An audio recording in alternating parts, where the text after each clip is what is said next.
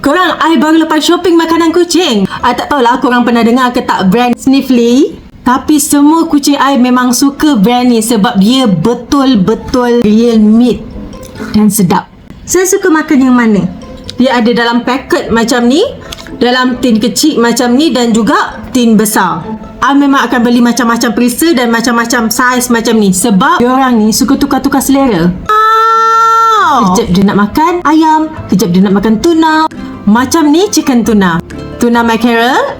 Yang ini chicken tuna and shrimp. Kalau kucing korang tak kesedong boleh makan. Yang dalam pack yang diorang suka makan yang chicken dengan tuna ni ha.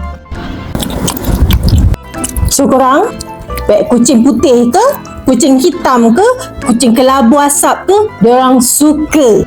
Korang beli sekarang dekat beg kuning ya. Sebab tengah promo tu, murah. Beli sekarang.